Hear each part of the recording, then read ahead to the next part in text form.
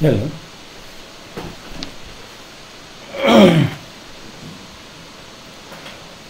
Hello, good morning. Sorry for the delay.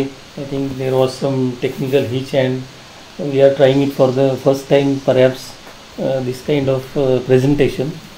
I think it should be all right now. Uh, Today we are going to discuss, this is the third of the series of lectures on structural analysis, and we are going to discuss following topics for today's entire presentation. The presentation will cover firstly the review of lectures 1 and 2 which we have undergone so far. Then we will just see how a typical structure is to be considered in our scheme of things. The basic classification of structures in the determinate and indeterminate structures, we will have a brief discussion on that. Then we will see the basic principles of structural analysis, how we carry out the structural analysis, the principles, the equations, the steps involved. Then the fundamental methods of the structural analysis, we will have a look at that. And the computer based matrix methods of analysis we shall see in detail. In particular the stiffness method, which is the backbone of most of the softwares which we use in our day-to-day life in industry. So as far as the presentation is concerned, we will be covering some of these topics today. We will see that a typical structure, when we try to analyze it, we have following you can say data or the steps involved. One is your architectural drawing is given to you. Then we prepare a computer model based on that, and then finally results are obtained in terms of the analysis and design of the structure. Okay, that is the broad outline of the scheme of things that we consider in our normal applications. Okay, now the classification of structure which we had seen last time, that when we consider a drawing, let us say received from an architect, which we finally convert into a structural drawing which consists of beams, the columns, it may be a plain truss structure or a space truss structure, it may be a plane frame or a space frame type structure, or we will say that the floor grid is also involved in some of the applications. We have the slabs in the buildings, we have the shells, we have the arches sometimes in our scheme of things, we have the cables in the given structure, and the three-dimensional solids in terms of foundation blocks and so on.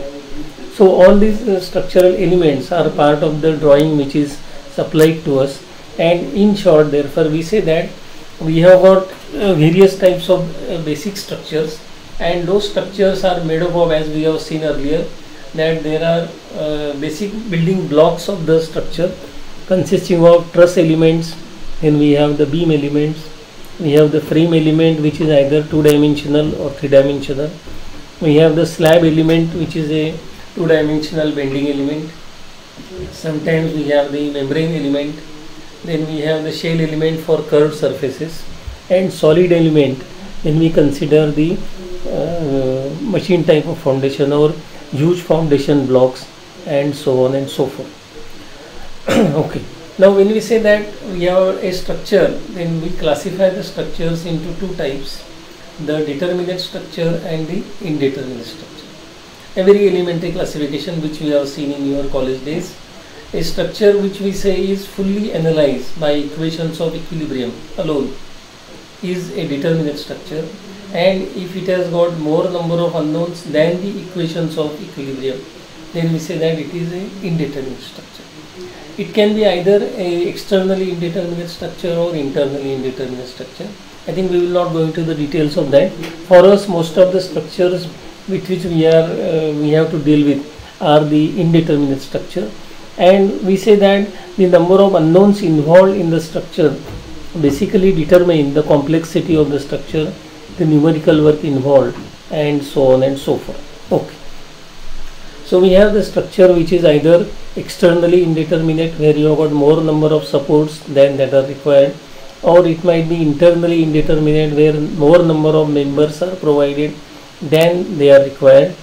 And we say that as far as the basic difference between the determinate and indeterminate structure is concerned, we say that The basic difference in the two types of structures is that in case of determinate structure, the number of unknowns which are involved, be they reactions or internal forces and so on, they are equal to the number of available equations. Okay. For the analysis purpose, we have simple tools, equations of equilibrium, as far as determinate structure is concerned. So as far as the determinate structure is concerned, the problem is simple, that your unknowns involved are equal to the equations of equilibrium. So using equations of equilibrium alone, you will be able to determine the forces involved, the reactions, and so on and so forth. As far as the determinate structure is concerned, we say that the forces which are developed, be it internal forces or reactions, they are independent of the material that you are using or the cross-sectional areas, the moment of inertia and so on. So we say that as far as the determinate structure is concerned, like a simply supported beam, the reactions don't depend on what size of the beam you have. You have simple supports, and those supports are going to give you those reactions, whether the beam is made up of steel or concrete, whatever the dimensions, and so on and so forth. While in case of indeterminate structure, it is not so. You need to know the properties of the material, the cross-sectional dimensions, and so on and so forth. Then and then only the structure can be analyzed. Otherwise, the structure cannot be analyzed because of the complexity involved. Further, in case of settlement of support or the lack of fit, where the members are either too short or too long, or if there is change of temperature, then as far as the determinate structure is concerned, like a simply supported beam or a cantilever beam, then these effects do not cause any forces in the members. The structure might only deflect, but there are no forces developed due to settlement or due to change of temperature and so on and so forth. Most of the structures which we deal with in our real life are of course indeterminate structure, and the complexity thereby is enormous in determining the internal forces in them and so on and so forth. Now as far as our basic principles of structural analysis is concerned, the structural analysis that we carry out is the process by which we determine the response of the structure subjected to either given disturbances or forces and so on and so forth. The response that the structure gives is in terms of internal forces, the support reactions, the displacements and so on and so forth. While as far as the disturbance or the forces are concerned, we have the gravity loads which are applied on the given structure, the mechanical or the electromagnetic forces, the buoyancy, the pressure due to air or water or soil pressure, due to settlement of support, due to change of temperature or the imperfections in the fabrication or the manufacturing process and so on and so forth. So we say that we have to consider the effect of all these disturbances or the forces in determining the response of the structure over here. So we say that while the disturbances are given, the structure is given, then we say that the first condition that we impose on the given structure, no matter what structure you are considering, is that the structure must be in equilibrium with the applied forces and the support reaction. So you have some structure, let us say, subjected to some loads. So basic assumption is that all the forces which are developed and applied, they are in equilibrium under the influence of the applied load, the support reactions and so on and so forth. Then we say that one more assumption that we make is that when you apply the load on the structure, then we presume that the geometry of the structure is not going to change, which means the dimensions of the structure that you consider, whether the structure is deforming or not, for us all the calculations are made on the original geometry of the structure. Further, we say that if some material property is given, then during the entire process of application of the load, getting the deformations, the reactions and so on, we presume that the material properties are not going to change in that process. Thirdly, we say that the structure must be compatible in the sense all the joints must remain intact. The members, if they are initially connected by a rigid junction, let us say, then they remain in the same fashion. They deform equally, all the members deform equally at a joint, and then we say that at any joint, if the rotation occurs, then all the members at that joint, they rotate equally. Okay. Now that is as far as our basic understanding of the structure during the process of analysis is concerned. Okay. Now you have considered conventional method in the curriculum that you have studied, the equilibrium equations which you have studied, that you have got a structure subjected to some loads. Accordingly, you use the method of joints or method of sections for analyzing trusses, which are basically the equilibrium equations. Then you have also studied three moment theorem. Perhaps you remember that in your college days, where you had considered the three moment theorem in analyzing the continuous beams, which you had considered for your simple applications over there, and so on. So we say that we have got this three moment theorem. So if you have got three or more supports, a continuous beam, and subjected to some loads, then we say that if A, B and C are the three consecutive supports, then we have got a simple relationship which connects the moment at A, B and C to each other in terms of the loads applied, the cross-sectional dimension, the span, and so on and so on. Likewise, there are other methods like elastic center method and so on, which are basically one class of method called as the flexibility method, or the method where we consider the compatibility of displacement as the basic requirement. And we have got other types of methods which we have studied for analyzing simple structures, like slope deflection method, or the moment distribution method, or the Kani's method, and so on. So these methods fall in the category of stiffness method. So we have the stiffness method, and the earlier these two methods which I have indicated to you are called as part of the flexibility method. So we have the two basic methods, the flexibility method and the stiffness method. In these methods, the approach is fundamentally different. We will just have a look at that briefly for analyzing of the structure. So we say that for stiffness or equilibrium method, we say that in this particular method, our basic unknown for stiffness method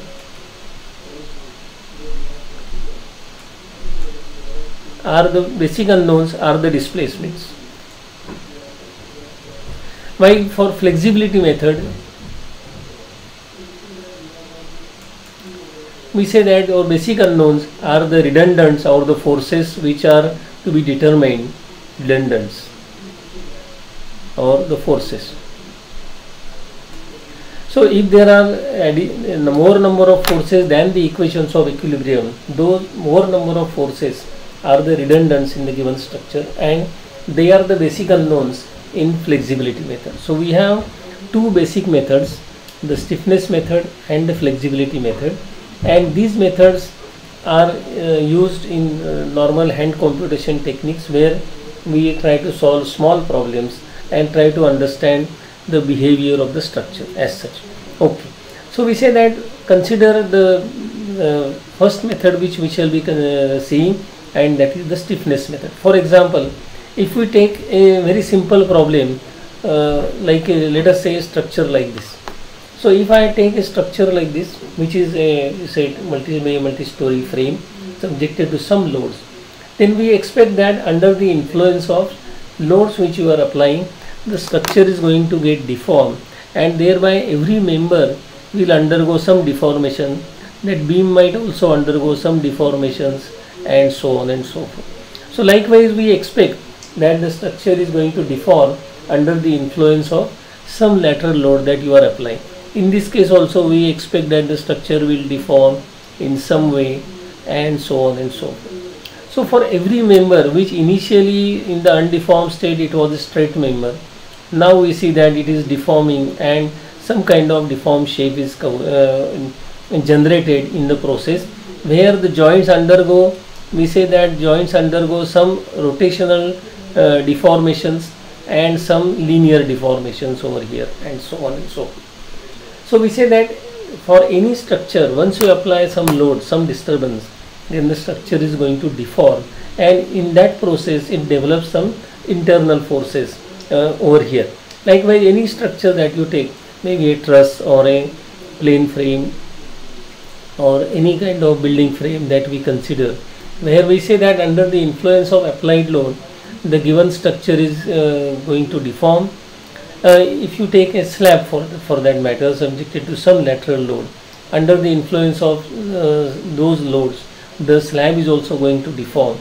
Now once we anticipate that the structure is going to deform, then we say that the deformation because of the Hooke's law will generate some internal forces in the structure or even at the interconnections, and those internal forces will try to keep the structure in equilibrium. For example, if I take a simple spring, for example, a structure made up of two springs. So I have got one spring at the interface, I have got another spring connected to it. So I have got two springs over here, and the springs are connected to firm support at the end. At the interface where the two are connected to each other, we say that some load is applied, and let me denote that load as P. For this individual spring, I say that this spring on the left side has got a stiffness, let me denote it as K1, and the other spring has got a stiffness called as K2.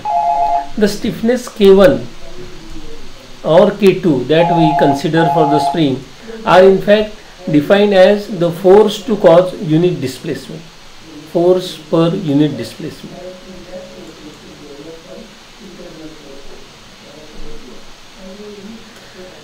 Which means for the given spring I can say that it is so many kilonewton per meter of elongation over here, either elongation or compression. In both the cases we say that the stiffness by definition is a force to give unit displacement over here, which means for any spring over here, if I consider a spring with its free body diagram, then say apply a force equal to K1, then we say that for the given force K1, it is going to deform in such a way. For example, if the force that I apply is F and if it deforms delta, then we say that the stiffness of this particular spring is given by K1 as equal to F upon delta. So I will say that for this particular spring the stiffness by definition is force to give unit displacement. For a simple spring it is easy to visualize the you can say the consideration of the force to displacement relationship, that for the spring to elongate or compress it by some some displacement, it will require some force, and we consider that relationship as stiffness as force upon displacement. So I have got a simple problem, for example, wherein we say that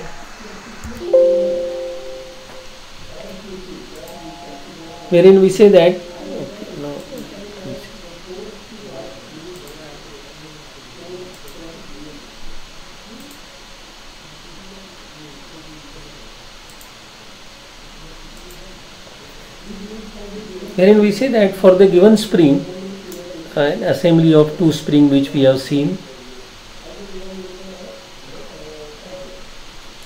So I have got two springs connected to each other. Individually the stiffness is K1 and K2, and at the common interface there is a force that is applied P. Under the influence of this particular force that is applied in horizontal direction, where I say that A and B are the two end supports, and the point C, which is the connecting point for the two spring, undergoes, let us say, a deformation equal to delta.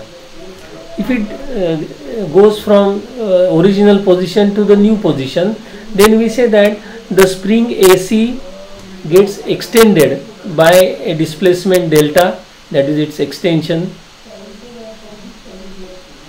and the spring CB, the other spring, gets the same deformation, but it is its compression, because it is on the other side of the displacement. So the spring CB gets compressed by delta, simultaneously spring AC gets stretched by a displacement delta.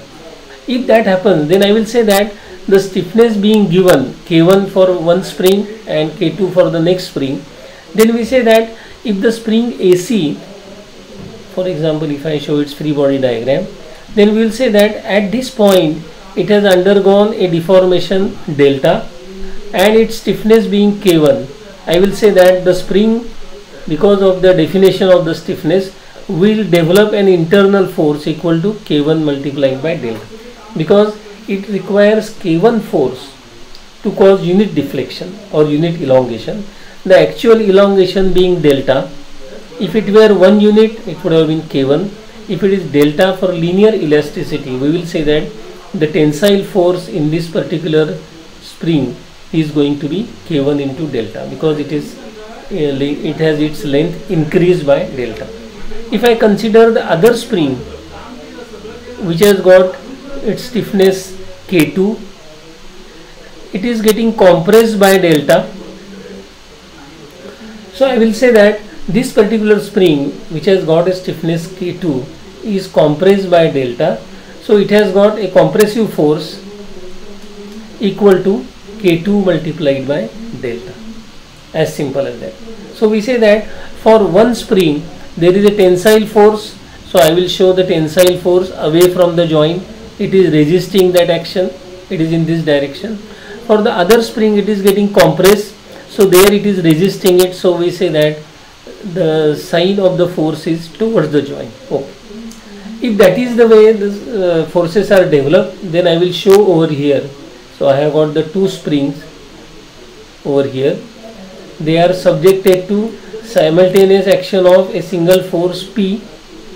This causes in this spring an internal force equal to K1 into delta, and in the other spring it develops compressive force as equal to K2 multiplied by delta. If it develops these two forces and the cause is the applied force P, then I will say that at this common point, which is point C, I have got three forces. One, the applied force P acting to the right, the internal force K1 delta to the left in spring AC, and internal force K2 into delta compressive in the other spring over here.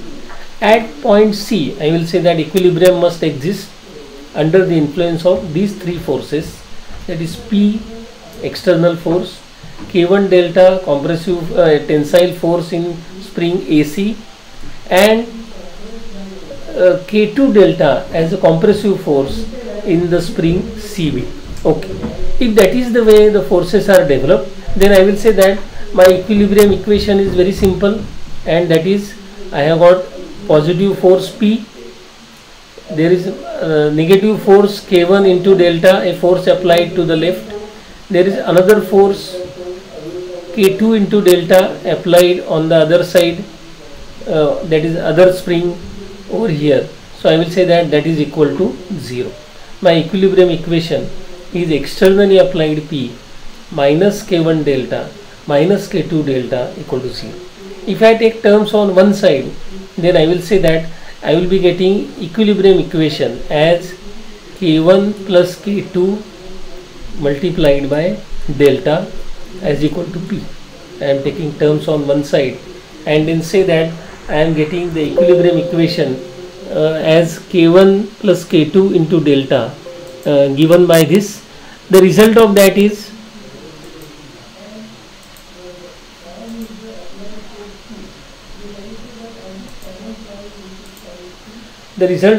now I have got the equilibrium equation, that is K1 plus K2 multiplied by delta as equal to P. So that gives me the value of delta, the deflection which is occurring at that common point, as P upon K1 plus K2. As simple as that. So I have applied the force P, and the two springs which are connected to that at that common point, they now develop a deformation delta to the right in the direction of force, and that value is given by K1 plus K2 into delta. Okay. If that is the way the force is developed, then we say that In one of the spring the force was K1 into delta, in the other spring it was K2 into delta, and now we have got the value of delta. So I will say that in the spring AC, the first spring, I had a force equal to K1 into delta, which I will say is given by, so I will substitute for delta and say it is given by K1 multiplied by P upon the force I am just indicating. Sorry, just a minute.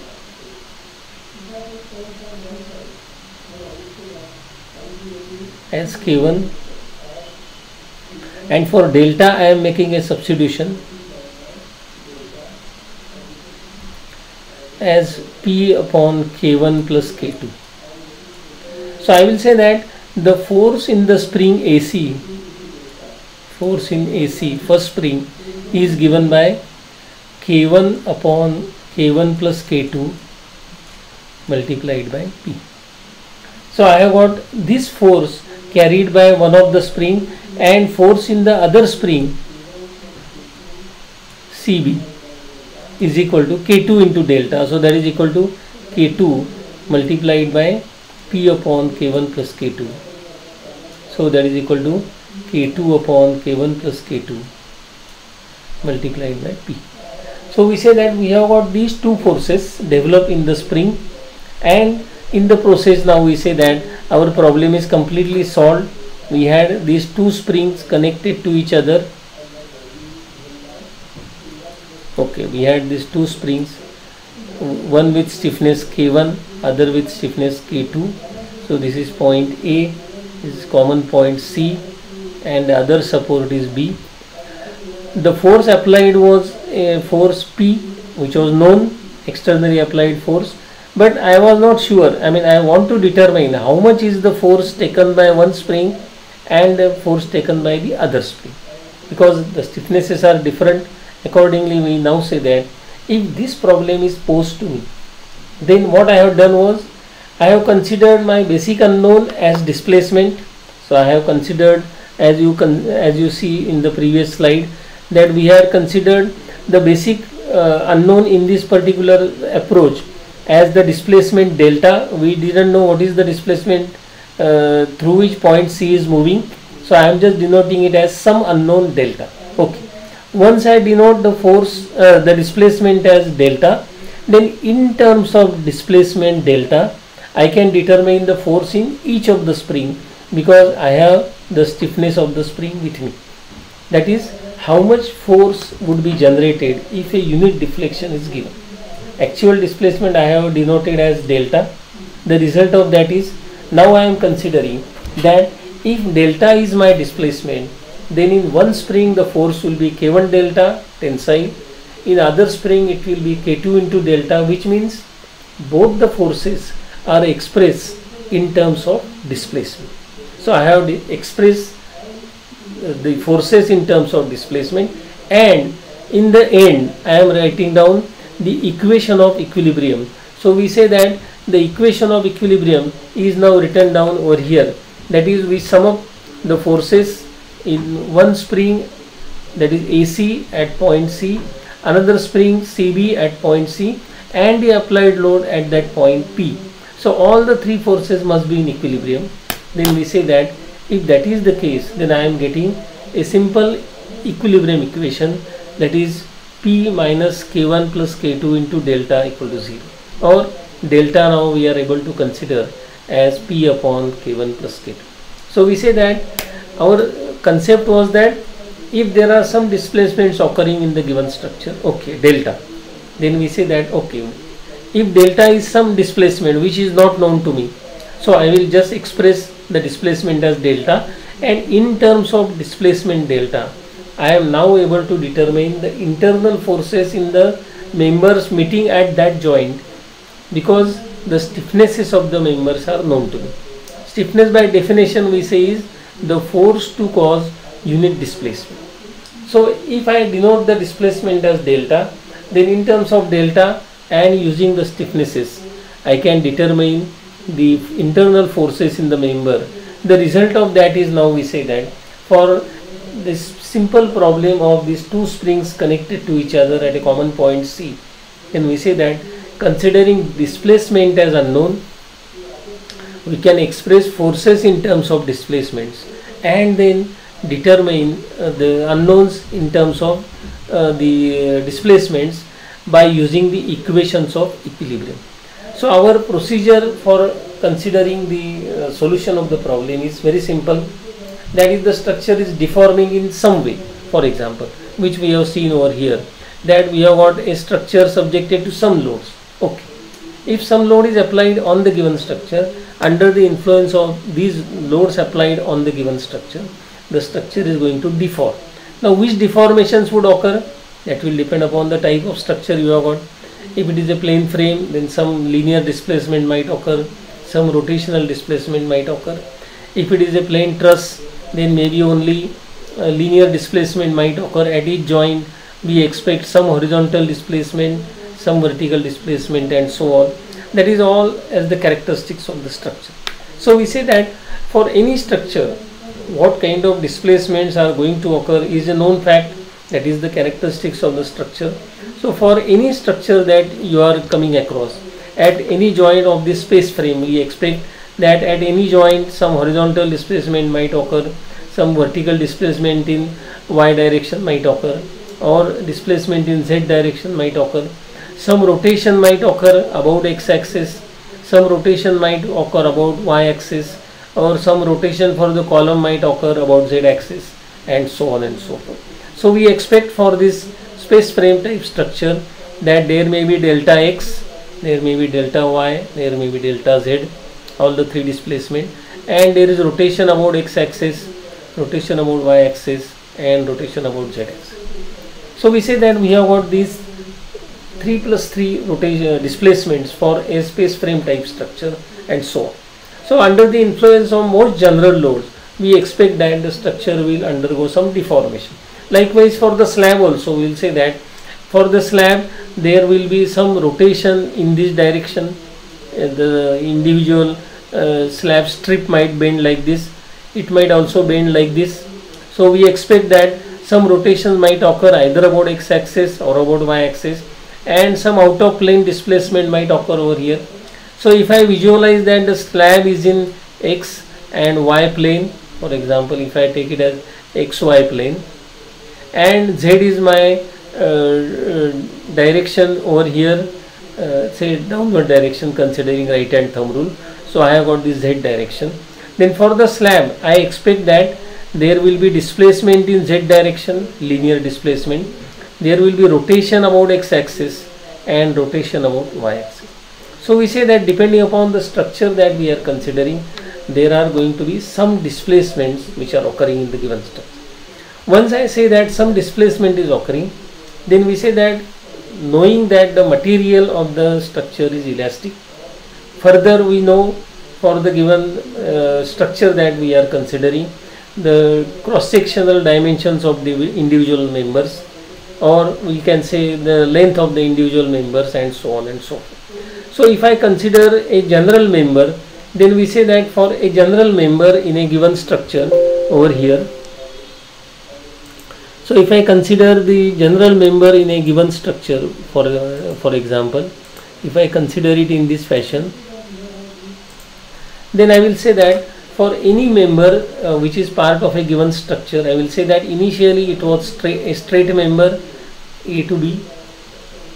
Under the influence of some load that you have applied to the given structure, because this member is part of a structure, then we expect that this particular member might undergo some deformations. So it has undergone some deformation, it has undergone some axial deformation, some lateral deformations, and so on and so forth, some rotational deformations, and so on and so forth. So I will say that if it is a plane frame type member, for example, say a plane frame member, then it might undergo linear displacements in x and y direction, that is in this case horizontal and vertical direction, x and y, and there will be rotation about z axis, which is theta z. If these deformations are occurring, then we say that if it is part of a larger structure, for example, this member is part of a larger structure over here, over here, for example, then what is happening is at this particular joint B, the member BC and AB are connected. At joint B, it is undergoing some rotation which is going to be same for member B as well as for member A. The rotations are going to be same. The lateral displacement is also going to be same for member AB as well as for member BC. That joint B is moving by some amount delta. So for AB it is a lateral displacement, for BC it is the axial displacement, and so on. So we can say that the same displacement has got different effect. In some members it is axial deformation, for some members it is a lateral deformation. Doesn't matter.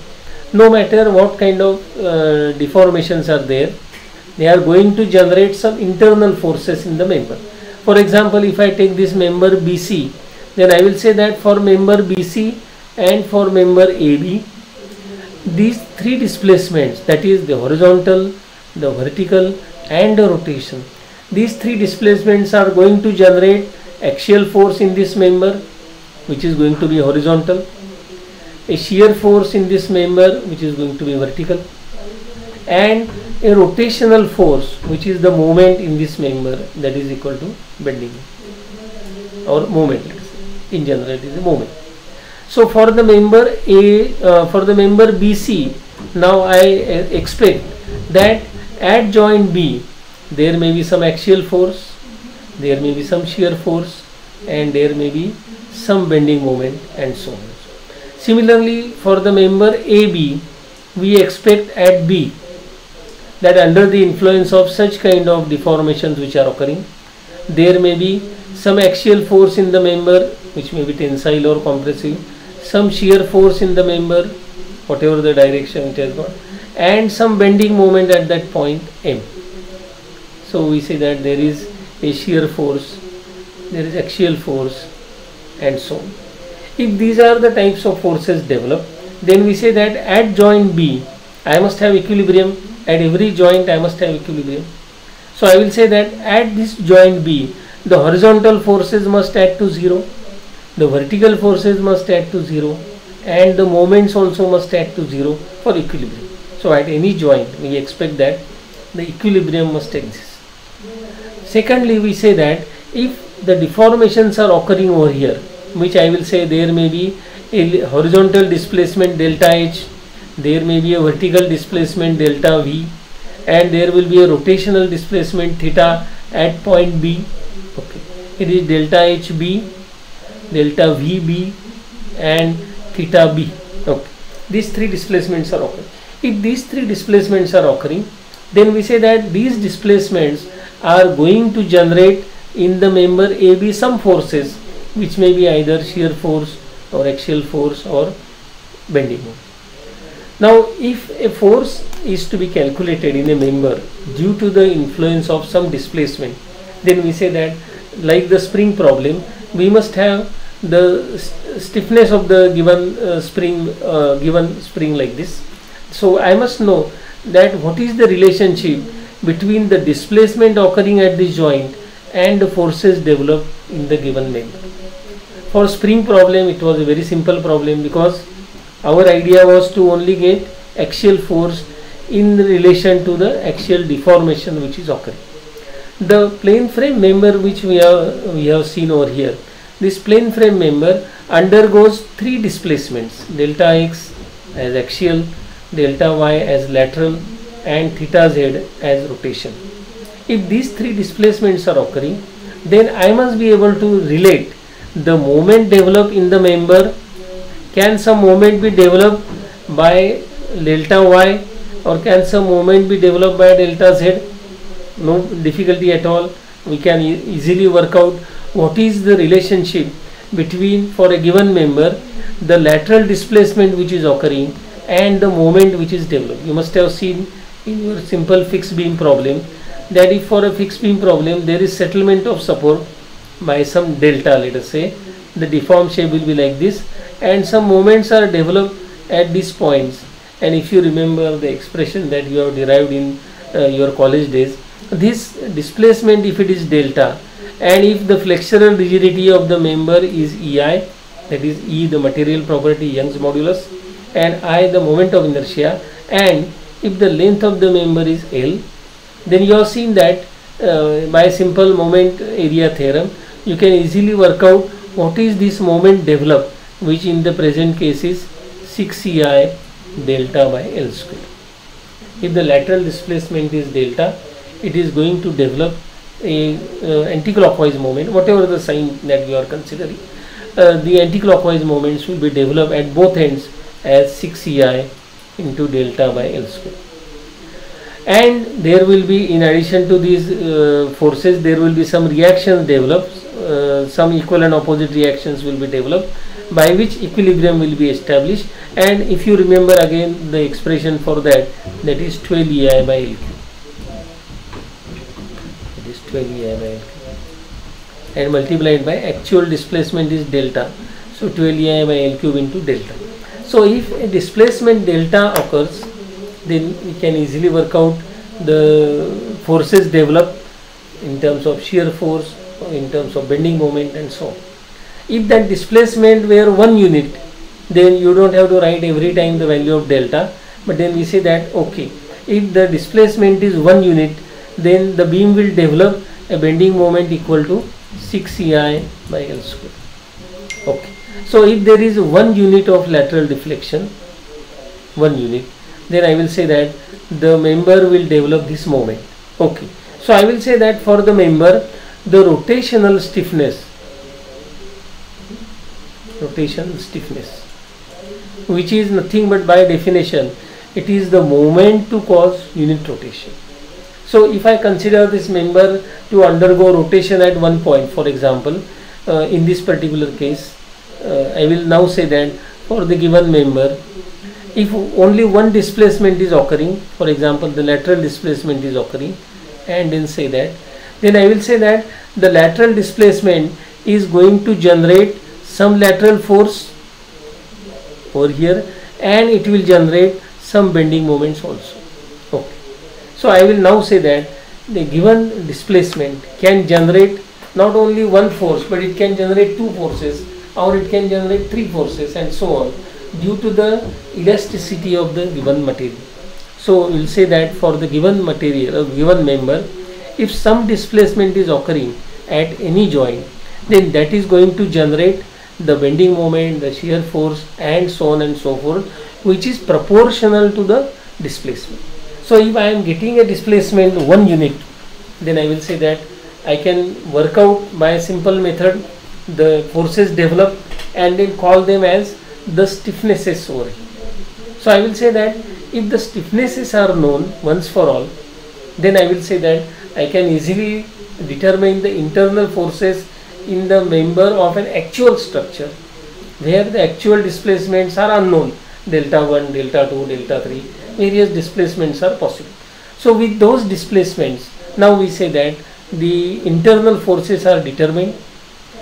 They are determined using the unknown displacements delta 1, delta 2, delta 3 and so on, and further the stiffness, which is the force to cause unit displacement. We will say that the force, that term that we are using in this case, is a general force.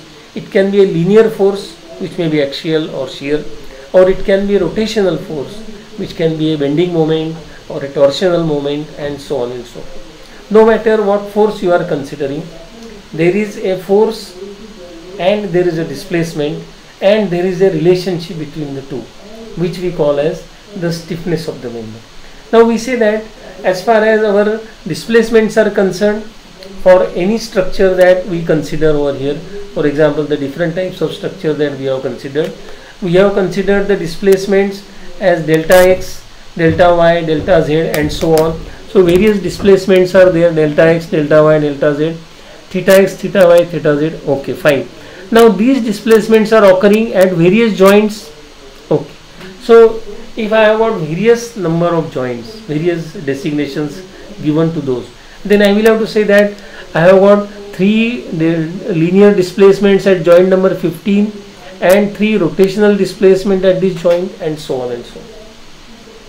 Likewise, for a given structure there are various joints, and at each joint I have got if it is a part of a space frame, 6 displacements per joint. Out of that, 3 are linear displacements and 3 are rotational displacement.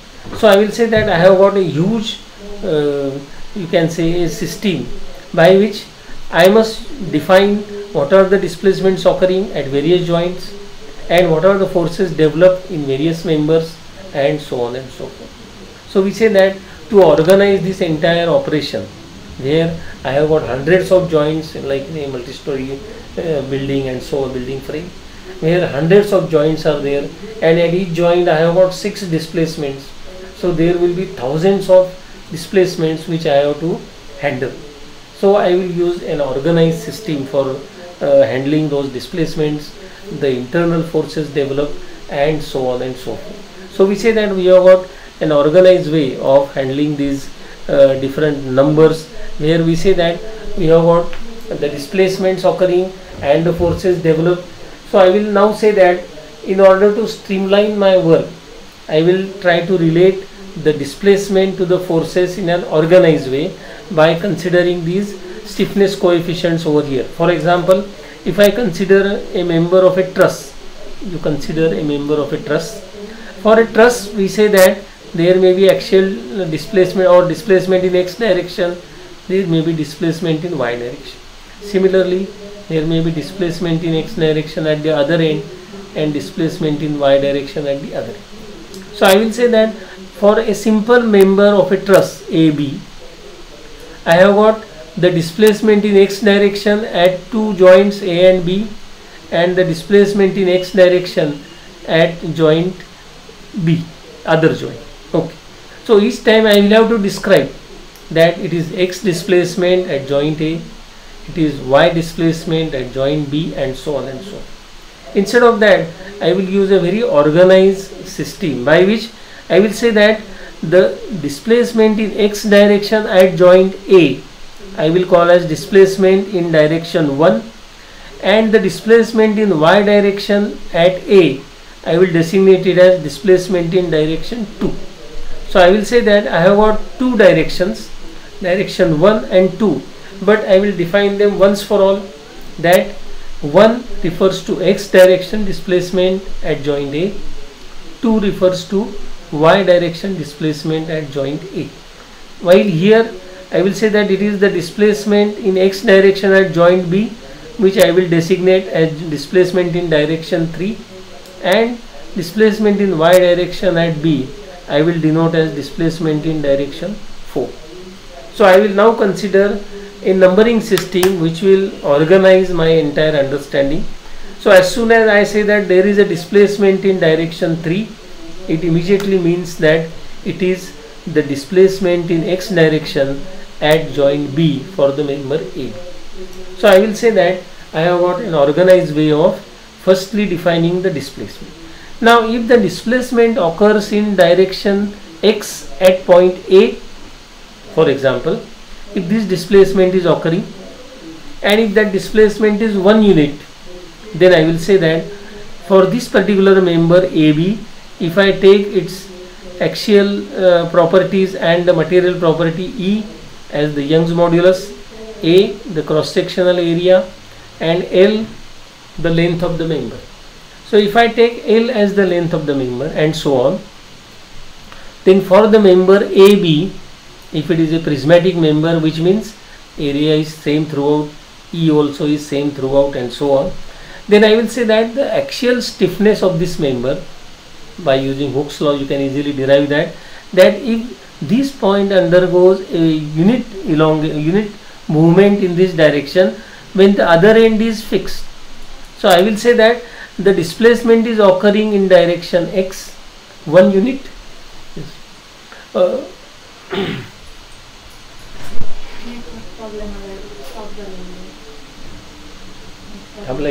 अच्छा okay.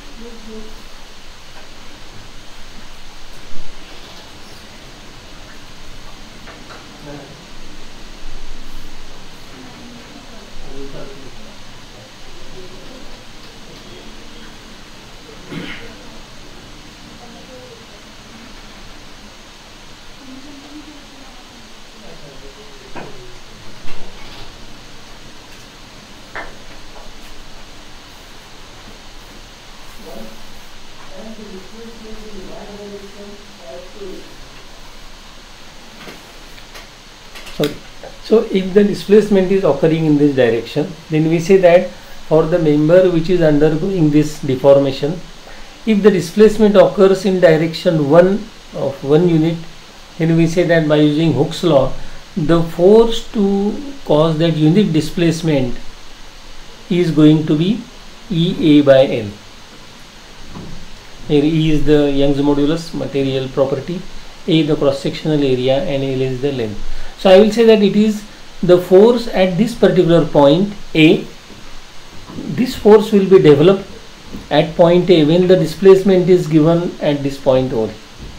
So I will say that if this displacement is occurring at point A of 1 unit, the force at point A is going to be EA by L, and for equilibrium at point B it is going to be opposite of that. Whatever is the force at point A, it will be then opposite of that, and that will be also EA by L. So I will say that the force at point A in x direction is EA by L, and force at point B in x direction is EA by L. We have designated the direction x at point A as direction 1, and the direction in x direction at point B as direction 3. So I will say that I have got these two directions, the direction 1 in x direction at A, direction 3 in x direction at B. Then we will say that the force that I am getting at A in x direction is in fact a force in direction 1, So I am now getting over here by a simple you can say understanding that I am getting force in direction 1 due to unit displacement in direction 1, because I am giving at A unit deflection. So I am getting force in x direction at A, which I say as force in direction 1 due to unit deflection in direction 1, and that value is now EA by L. So I will now say that if that is the situation, then I am getting force in direction 1, that is x direction that I have defined once for all, due to unit deflection in direction 1, which I will say by common understanding that it is in fact a stiffness by this relationship as equal to K11. So I will say I am denoting this as K11, which is actually force in direction 1 due to unit deflection in direction 1 as equal to EA by L. Is that correct? So I am getting over here when a unit deflection is caused at point A, that is a displacement in direction 1, it generates in the same direction because I will require that force to give that unit deflection. So I am denoting it as K11 as equal to EA by L.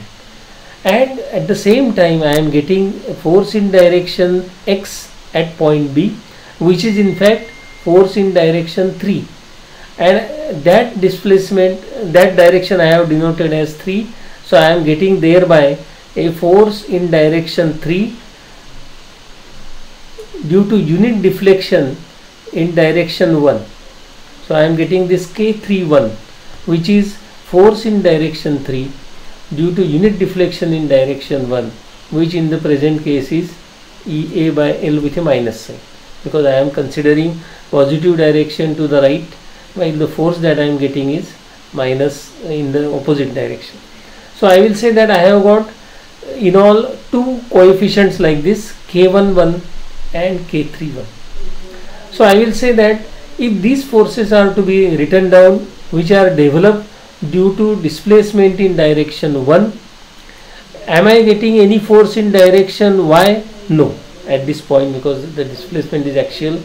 So I will say that the force in direction 2, that is K2, due to unit deflection in direction 1 in the present case is 0. It is not developed at all. Similarly, at point B, no force is developed in direction 4 due to unit deflection in direction 1, that is also 0. So I am getting now K21 at 0, K41 also at 0, K11 as EA by L, and K31 as minus EA by, I think this is equal to, okay.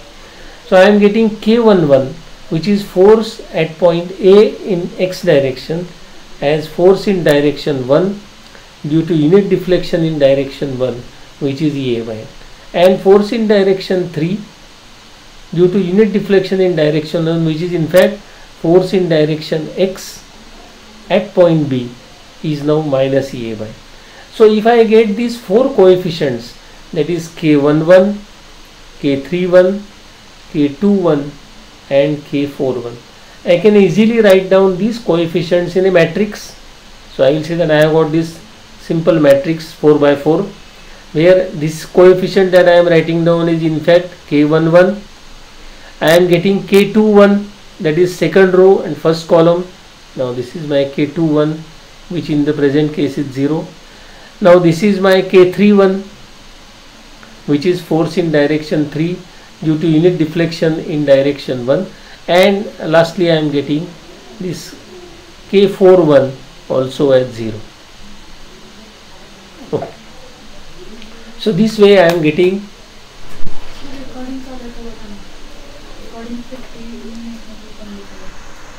recording. माझ्या ह्याच्यात ते नेटशी संबंधित नाही आहे, ते direct चालू आहे,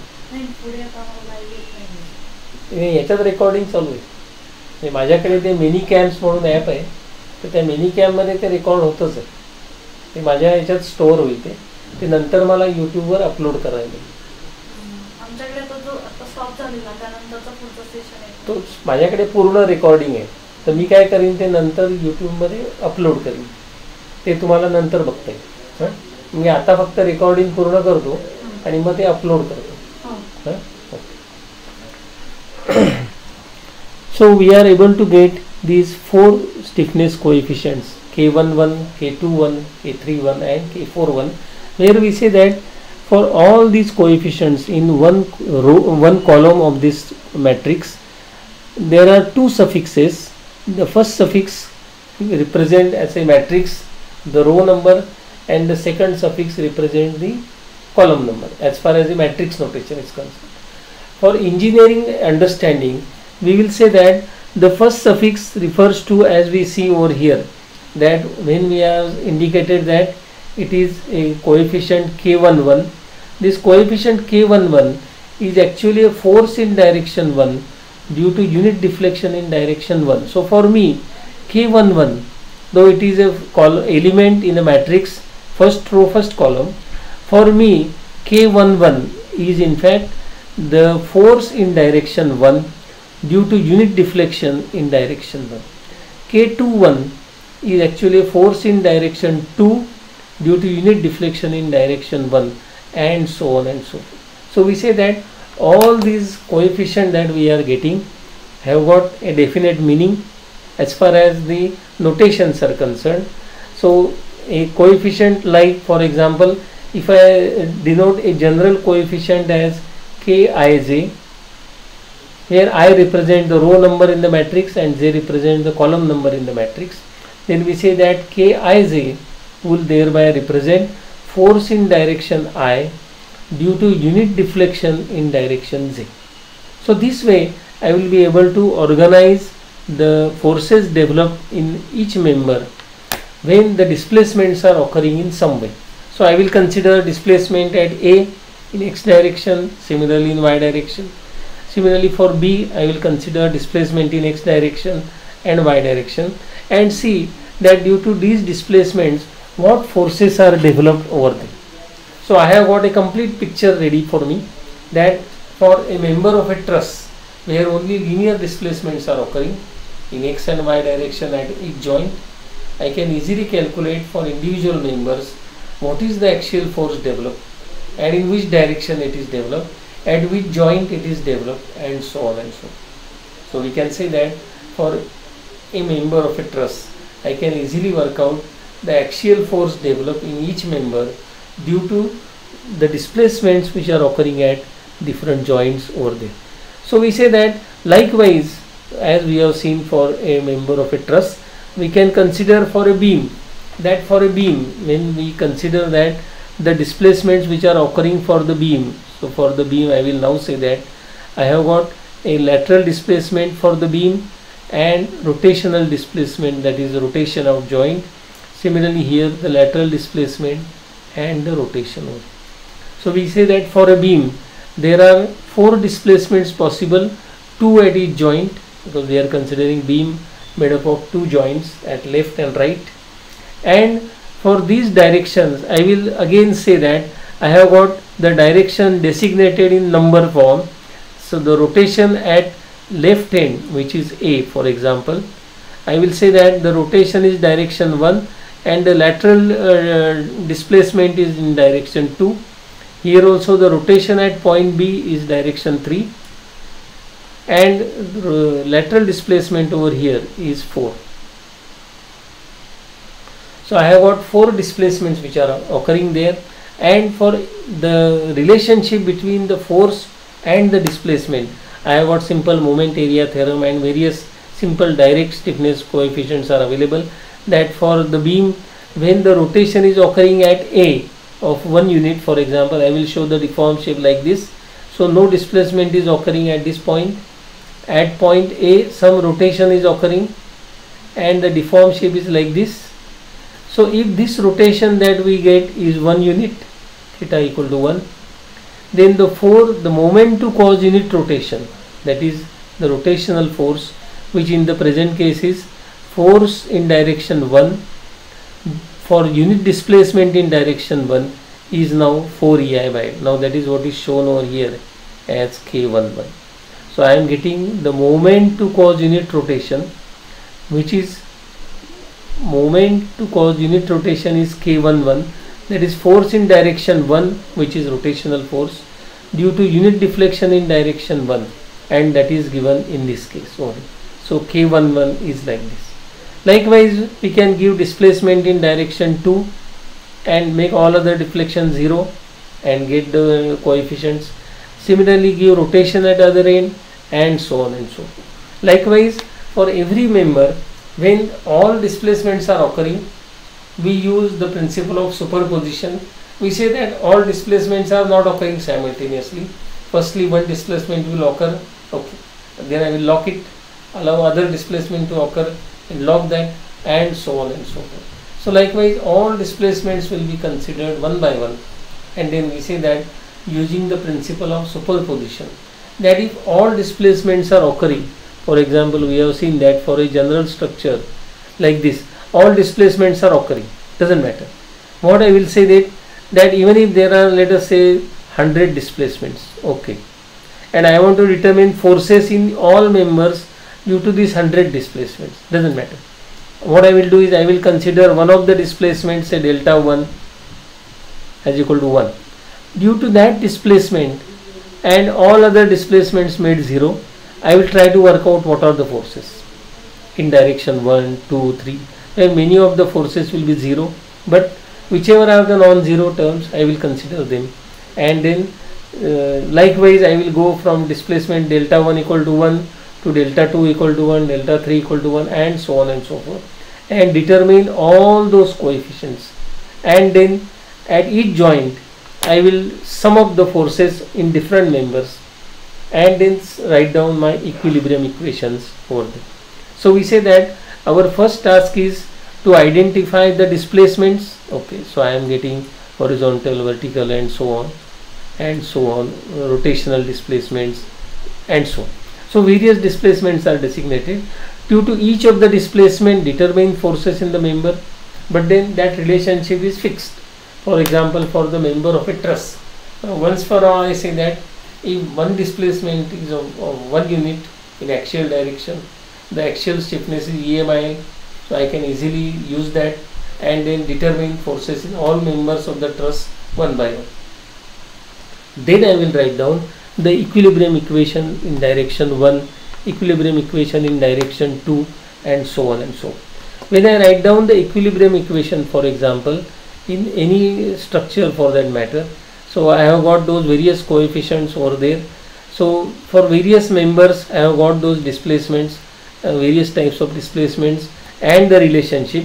Then I will say that having considered all these internal forces in different members and so on, then I will say that for this particular purpose I will consider now the equations of equilibrium one by one. So what I will do is, for the given structure I will say that I have got, let us say, a very complicated structure with various types of loads applied on it and so on and so forth. So I have got this general structure, okay, and I have designated the direction 1, 2, 3 at each of the joint and so on. So likewise 1, 2, 3, I have got hundreds of such displacement, okay.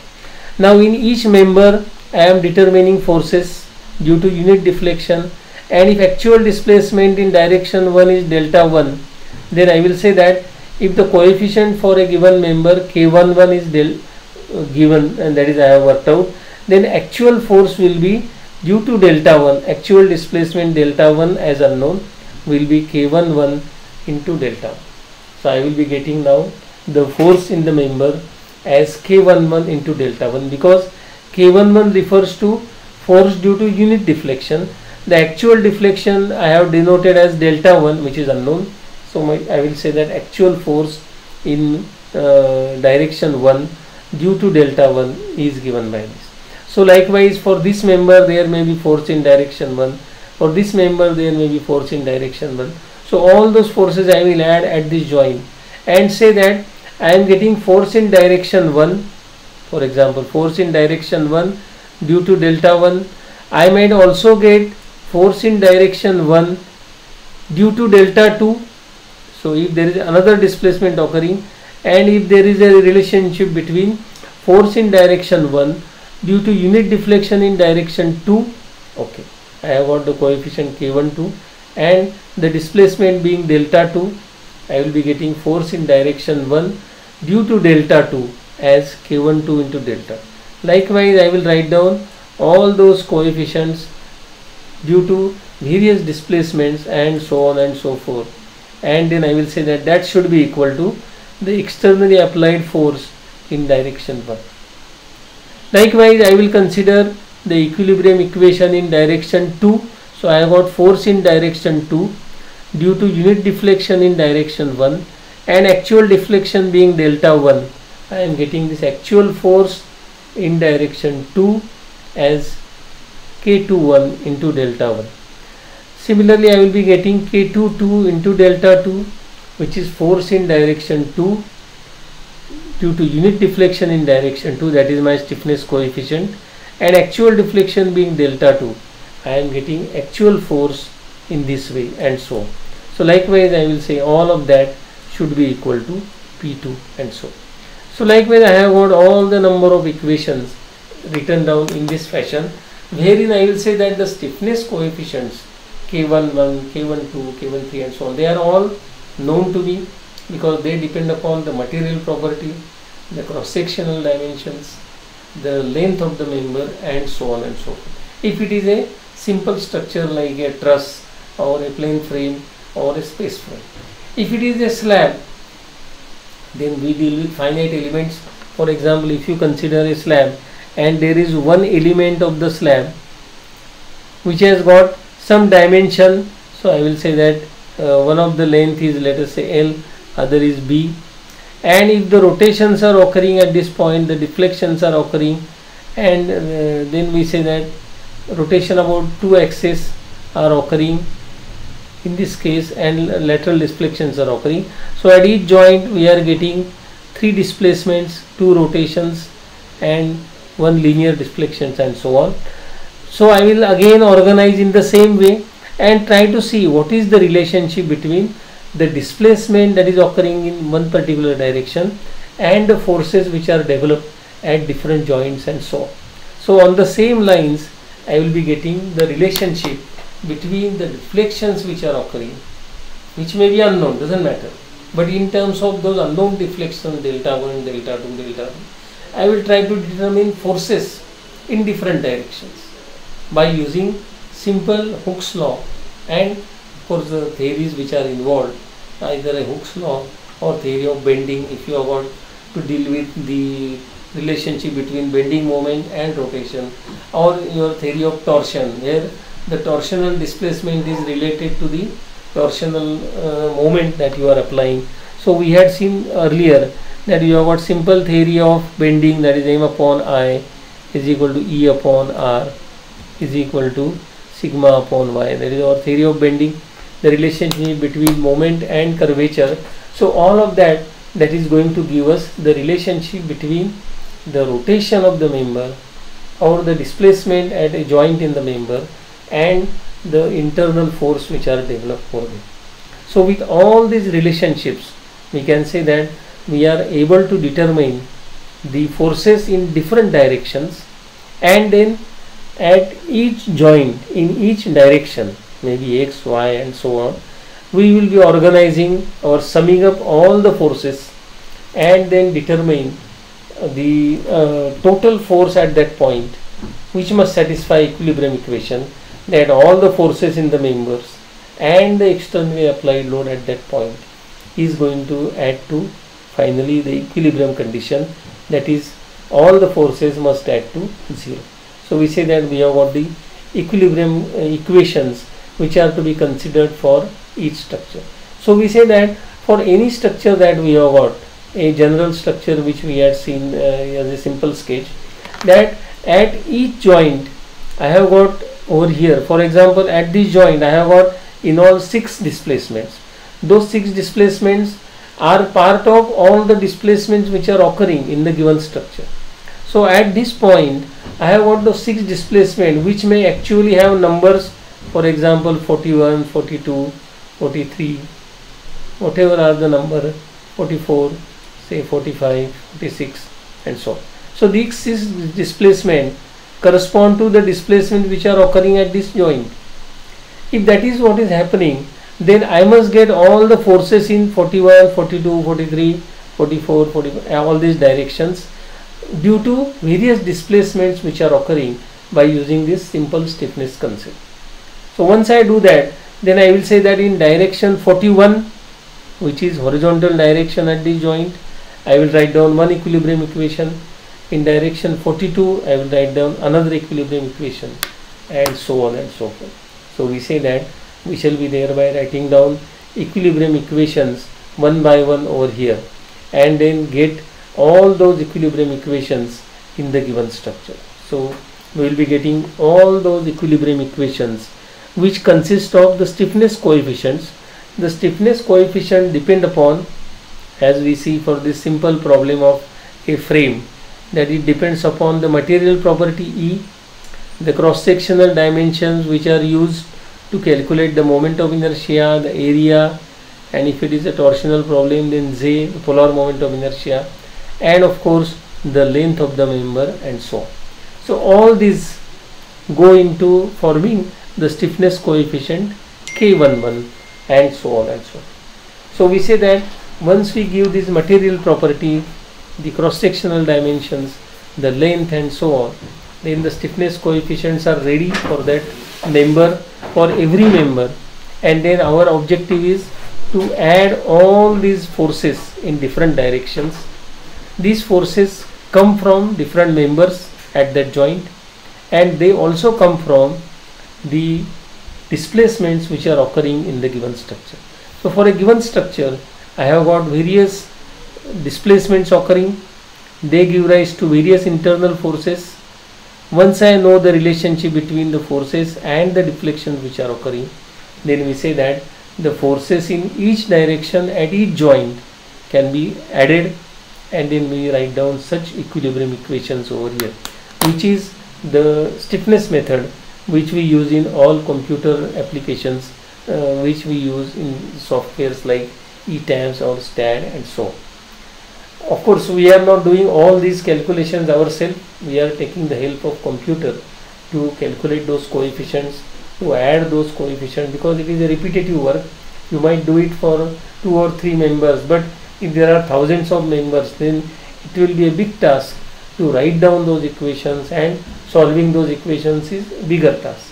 So we say that we take the help of computers in repeatedly calculating forces in all the members one by one, add up the forces at each joint in different directions, and then write down equilibrium equations and so on and so forth. That is as far as the structure property is concerned. The structure is subjected to some loads.